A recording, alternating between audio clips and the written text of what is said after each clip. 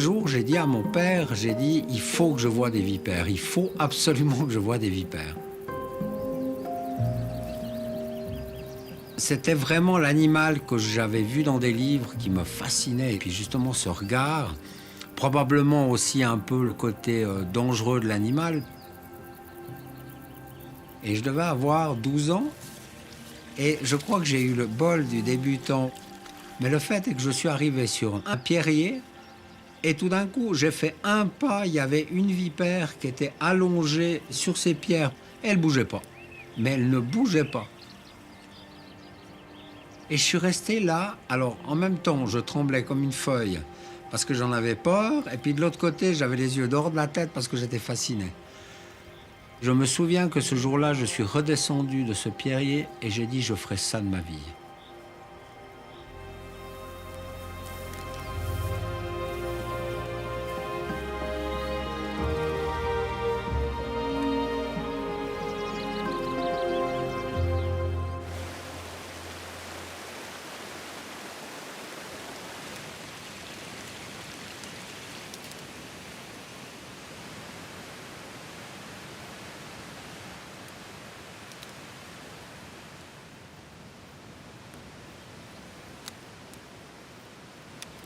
Je fais vraiment du rayonnage, hein. Je fais du zigzag. Je pars puis en bas, je vais dans un sens, après je vais de haut en bas, je vais de gauche à droite ou droite à gauche. Et je cherche. C'est exactement comme chercher des morilles, hein. C'est pas différent, hein.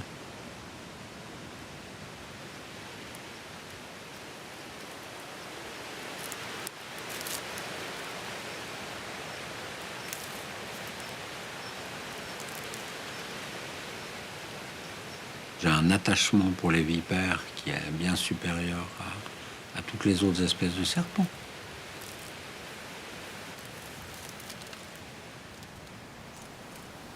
Si on les regarde en détail, tu remarques leur écaillure, les reflets irisés, les couleurs des pupilles, leur nez retroussé, cette espèce d'apparence, d'agressivité quand elles ne le sont absolument pas. Leur manière de se déplacer, leur manière de souffler. Et puis un amour inconsidéré à ces animaux qui fait que, pour moi, c'est comme des chéris.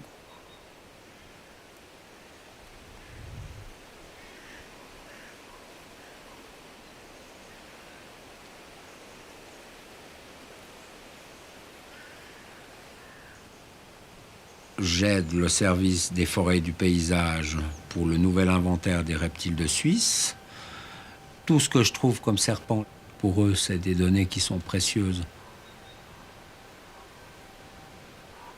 Donc il faut que je puisse reconnaître mes serpents, donc il faut que je puisse photographier la tête de côté, la tête de dessus, les caillures, enfin dans toutes les positions. Et puis après, j'ai des documents dans mon ordinateur qui fait que ce serpent, l'année suivante, si je passe dans l'endroit où je l'ai vu, si je vois la vipère, je la reconnaîtrai tout de suite parce que je l'ai tellement photographiée dans tous les sens qu'elle est gravée dans ma tête et c'est bon. Donc c'est un animal que je ne vais plus toucher puisque je l'ai déjà photographié.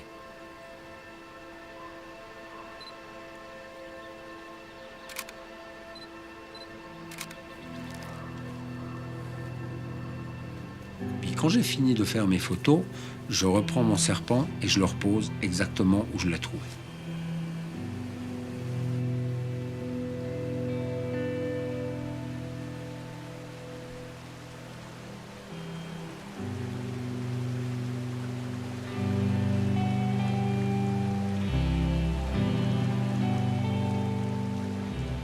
C'est clair qu'il y a des gens qui me disent « Ouais, tu manipules les vipères, tu les stresses et ça. » Mais moi, quand j'entends ça, je rigole bien parce que ça fait 40 ans que j'en manipule.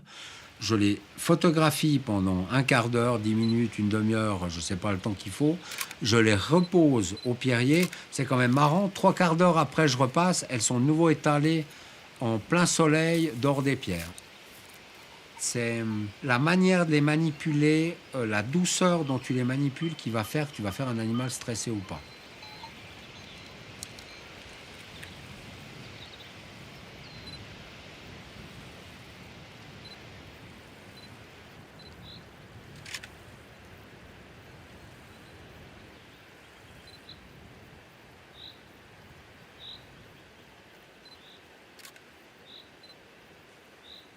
Je suis né avec un problème d'ossature et d'articulation et j'ai eu des gros problèmes de dos. Et les vipères, elles m'ont sauvé la vie dans le sens c'est qu'elles m'ont poussé en avant. Si j'avais pas eu ça, eh ben je pense que je serais toujours dans un canapé bourré de morphine, à crever de mal et puis à me poser la question quand j'allais claquer. Ça, c'est certain. J'ai perdu du poids, j'ai amélioré un certain nombre de choses. Et puis maintenant, ce que ça a donné, c'est que je marche comme quand j'avais 30 ans. Donc c'est vrai que les vipères, elles m'ont sauvé la vie.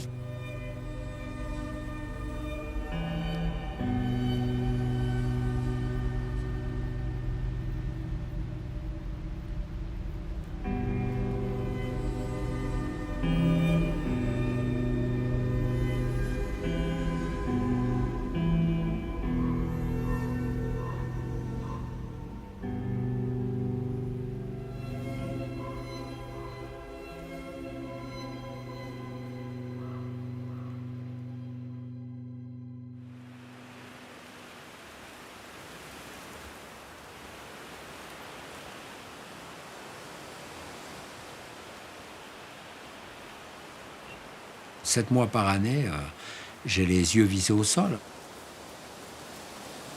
Je trouve des champignons, je trouve des trophées, je trouve des bois de cerf, parce que j'ai les yeux toujours par terre en train de chercher des serpents.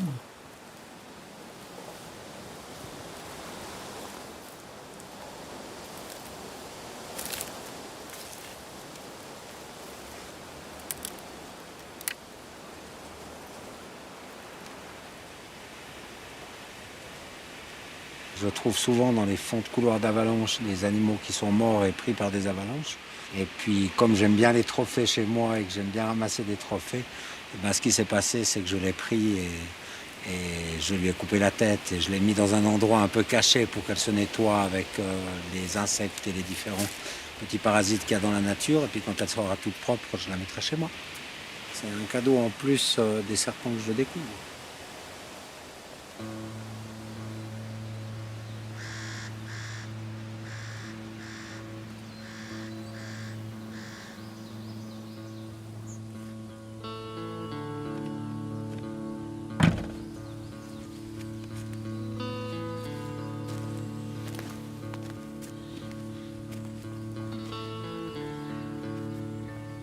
On est au-dessus de Vernamiège. Et c'est une forêt qui me plaît bien parce qu'il peut marcher des heures et des heures et des heures et des heures dans tous les sens, sans sortir de la forêt, puis souvent sans croiser personne. Avec mon père, j'y suis allé plus d'une fois, quand j'étais petit, quand j'étais un peu plus grand. Ça me laisse des merveilleux souvenirs. Et pour les champignons, c'est un excellent coin.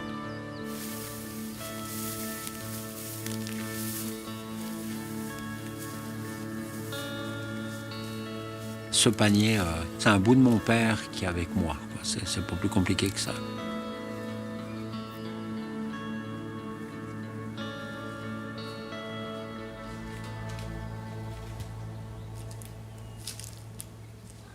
Mon père, il a eu toutes les influences sur moi.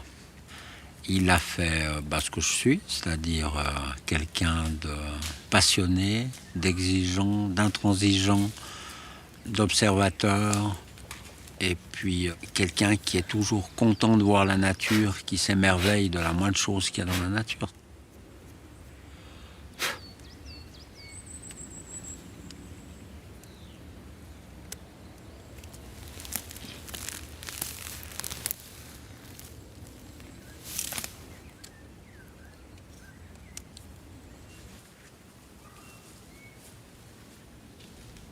Mon père, c'était mon meilleur ami. Mais c'était malheureusement quelqu'un qui prenait beaucoup de place parce que c'était une espèce de locomotive en Valais pour la mycologie. Alors, un personnage comme ça, c'est clair qu'il prend une place comme la forêt, là. Et puis toi, du haut de tes 10 ou 15 ans, si tu vas arriver à enlever un petit peu d'ombre pour que des gens te voient, c'est un peu délicat.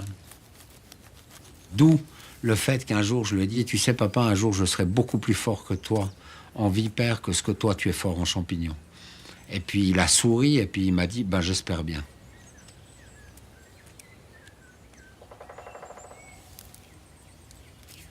Et ce que je fais dans ma vie avec les vipères, bah, je sais une chose, c'est qu'il n'y en a pas deux comme moi.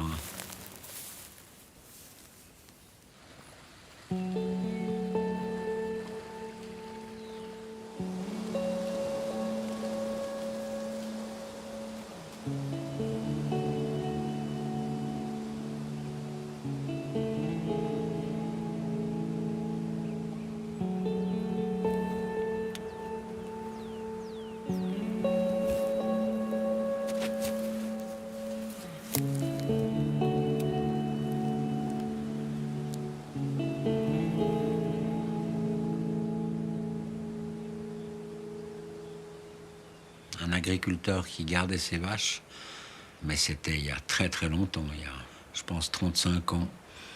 Il me regardait chercher dans les pierriers mes vipères et m'a vu en attraper une. Et quand je suis redescendu du pierrier, il m'a dit, à moitié en patois et à moitié en français, que pour manipuler ce genre d'animaux et qu'il m'arrive rien, je devais avoir fait un pacte avec le diable. Quand je me suis approché de lui pour essayer de lui expliquer qu'ils n'étaient pas si dangereux que ça, pas si agressifs que ça, il est resté à distance et il m'a fait ce geste comme ça, en me regardant avec les deux doigts, que tout le monde sait ce que ça veut dire. Et puis ça, c'est une anecdote qui est bien restée dans ma tête et qui me fait sourire même. Donc je sais très bien que pour les personnes âgées dans certaines vallées, pas toutes, mais dans certaines vallées, il y a encore des gens qui pensent comme ça c'est clair.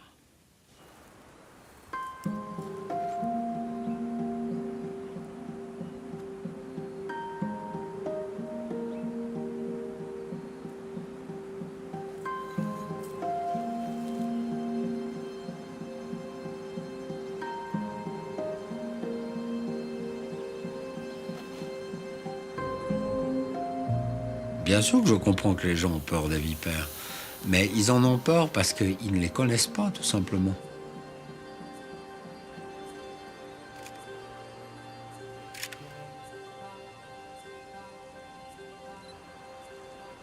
Les jeunes, il faut leur expliquer le fonctionnement de ce genre d'animaux, et c'est eux qui vont faire que dans l'avenir, on protégera encore plus les serpents, et les vipères en particulier, que des gens qui ont mon âge, qui sont complètement ancrés dans ce qu'ils ont appris de leurs parents, grands-parents, arrière-grands-parents, et puis qui restent bloqués sur quand on voit un serpent, il faut lui couper la tête.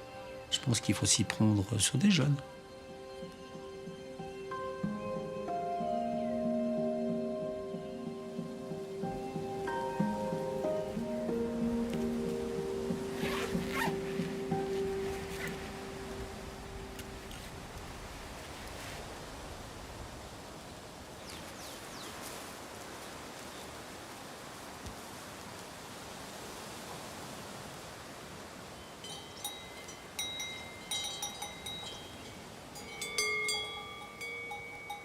J'ai travaillé pendant pas mal d'années dans des alpages. Je me suis occupé de vaches. Et puis je suis vraiment un passionné de combat de rennes. Ça, c'est ce qui me fait vibrer. Mais le monde de la race des reins et puis le monde des serpents, c'est pas très compatible. Une vache est plus sensible à une morsure de vipère qu'un humain. Donc les symptômes qu'une vache a peuvent être plus graves souvent que sur un humain. Toutes les années en Valais, il y a des vaches qui meurent des morsures de vipères. J'ai quand même pas mal d'éleveurs qui me disent « Ouais, écoute Yves, je vais mettre mes vaches ce printemps-là dans le pré.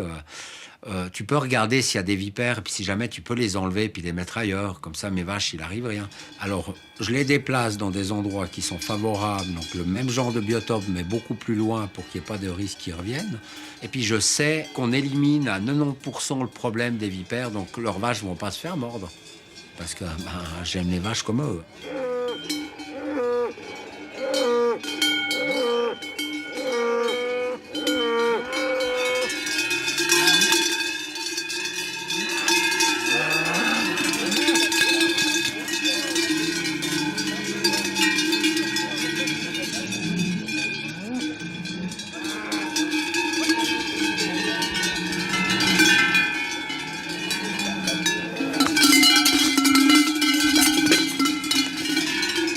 journées, je les adore, hein, parce que c'est là que je retrouve mes amis, c'est là que je peux parler de vaches, c'est là que je vois des luttes, tout ce que j'aime. C'est plus intéressant que les combats de rennes dans une arène, donc les combats officiels, parce qu'il y a le terrain qui n'est pas plat, les vaches doivent venir intelligentes pour faire de bonnes luttes ou pour gagner des luttes. Donc c'est plus impressionnant, je dirais. Je vais chercher si une vache lutte et puis qu'elle a les deux pattes avant en l'air, ou s'il y a un nuage de poussière, et puis contre le nuage de poussière, tu vois l'œil qui est net, et puis qui se tourne comme ça, puis qui regarde la vache, ou que tu vois les vaches qui tournent en même temps et que tu vois la musculature de la bête. Moi, c'est ça qui me plaît. Je sais très bien qu'un jour, je peux me faire shooter par une vache, mais ça m'inquiète pas. Il y a ce petit côté adrénaline, ça, il faut pas le cacher, hein. De devoir faire attention, d'être attentif, c'est quelque chose aussi qui me plaît. Bah, c'est exactement comme les serpents.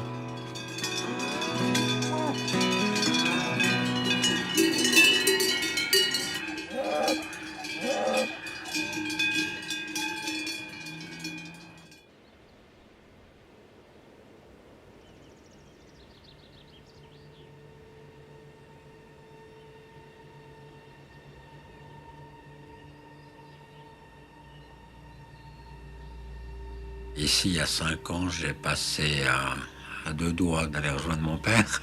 On peut dire ça comme ça. J'étais fatigué.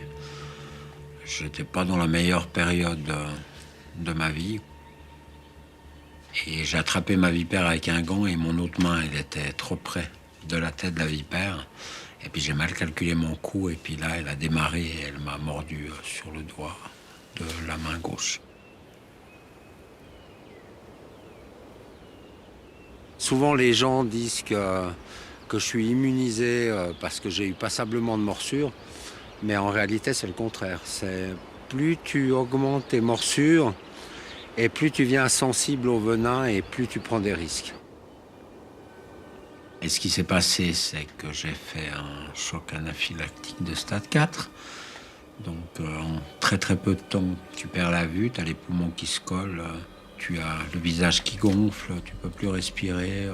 Et puis, si on vient pas t'aider, ça peut être beaucoup plus grave que ça. Alors là, je pense que j'ai eu 2 anges gardiens super entraînés parce que l'endroit où on est dans le Bintal, il n'y a absolument pas de réseau. Et où je me suis fait mordre, pour quelle raison, je ne peux pas dire. Mais le fait est que j'ai eu du réseau et que j'ai réussi à atteindre les secours. On peut imaginer ce qu'on veut, mais moi je pense que là, il y a ou quelqu'un ou quelque chose qui m'a donné un coup de main parce que c'était pas le moment qu'il m'arrive quelque chose de grave.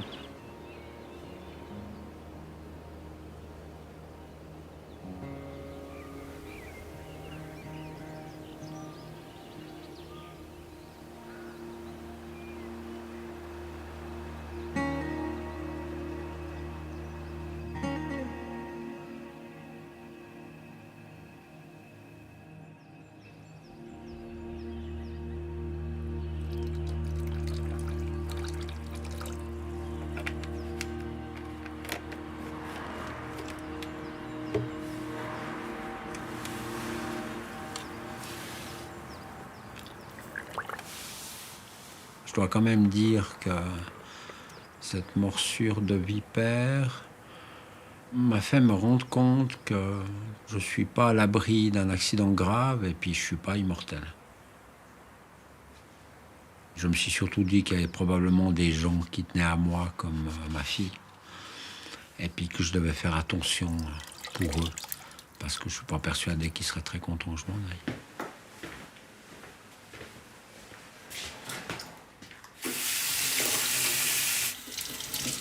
Je pense que pour ma fille, ma passion pour les vipères, c'était facile à vivre parce que elle avait un papa qui était passionné et difficile à vivre parce que je suis quelqu'un qui prend de la place, qui est envahissant. Donc ce que ma fille vit avec moi, c'est ce que j'ai vécu avec mon père. Par contre, ce qu'elle m'a dit, ma fille, C'est tu es quelqu'un d'envahissant par ta passion, mais je suis fier de toi et je t'aime. Fier de ce que je fais, de comment je le fais et comment je le partage aux gens. Et ça, je crois que c'est ça qui me touche. Je pense que ça me touche plus, elle, qu'elle soit fière de moi, que n'importe qui sur cette planète, quoi. Les autres, ça m'est égal, mais que ma fille soit fière de moi, ça, oui.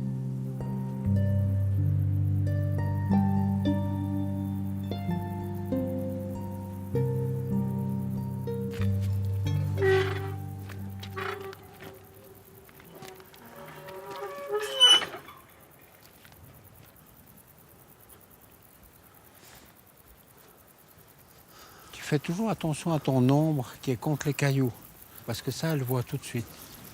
Tu vois? Ouais. S'il y a une vipère là, qu'elle voit cette ombre, elle va partir. Donc tu te tiens toujours un petit peu en retrait. Oui, regarde là. Tu la vois là? Oh. Mais c'est pas facile à avoir. Hein. Parce elle a une couleur qui se mimétise sacrément bien avec le biotope où elle se tient. Attends. Tu l'as. Ouais. Voilà, regarde. Tu vois, elle circule sur ma main comme si c'était une branche. Ma main n'est pas un ennemi, elle est simplement un support pour son déplacement. Tu vois qu'elle ne cherche pas à fuir ou qu'elle ne cherche pas à mordre. Elle prend simplement le soleil et tout. Elle est belle. Elle est jolie, hein? Mm-hmm. Tu veux la manipuler avec tes gants? Non, hein? Ça va aller. Ok.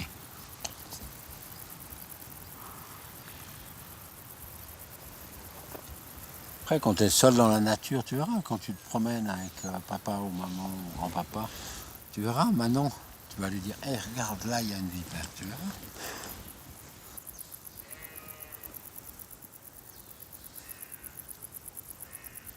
Regarde, elle va exactement où on l'a attrapée.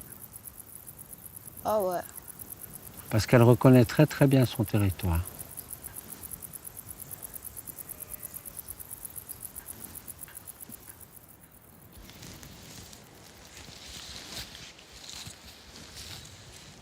Regarde, là, il y a une femelle gestante. Là, tu vois, là, elle bouge pas, mais elle te voit. Donc, tu vois, les légendes qu'on entend sur les vipères qui te foncent dessus et qui font tout un tas de choses comme ça, bah, tu vois sur cet animal. Tu l'agresses pas, elle t'agresse pas. Elle se pose simplement la question qui tu es, c'est tout. Hop. Voilà. Regarde.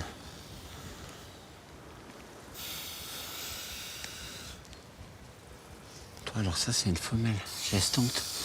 On peut savoir exactement le nombre de petits qu'elle a. Simplement en la palpant comme ça. En tout cas, sur 4 qu'elle a. Et puis sa manière de souffler et le caractère qu'elle a, c'est aussi un signe qu'elle est portante. Parce qu'en automne, comme ça, elles sont un petit peu plus réactives du fait qu'elles sont portantes, pas plus agressives, mais elles réagissent différemment. Ouais. Oui, je peux te toucher, Steve. Oui, bien sûr. Il faut que tu mettes vraiment tes doigts au milieu du corps. Comme ça? Voilà, oui, absolument. Et tu sens à un moment donné des petites bosses. Mais oui. Tu les sens? La vipère que je vais trouver demain ou que je trouverai après-demain me fait autant plaisir que celle que j'ai trouvée quand j'avais 12 ans. Pas plus et pas moins. Et puis dans 10 ans, je retrouverai une vipère, ça sera la même chose, et ça jusqu'au moment où je ne pourrai plus marcher. Et peut-être un jour je ne pourrai plus marcher, ou peut-être un jour je ne pourrai plus me baisser pour les attraper, mais j'en verrai une, ça me fera toujours le même effet. Je me dis, ah, une vipère. C'est comme ça. On va la relâcher. Oui, je pense qu'on peut la laisser tranquille maintenant, et puis lui redonner sa liberté.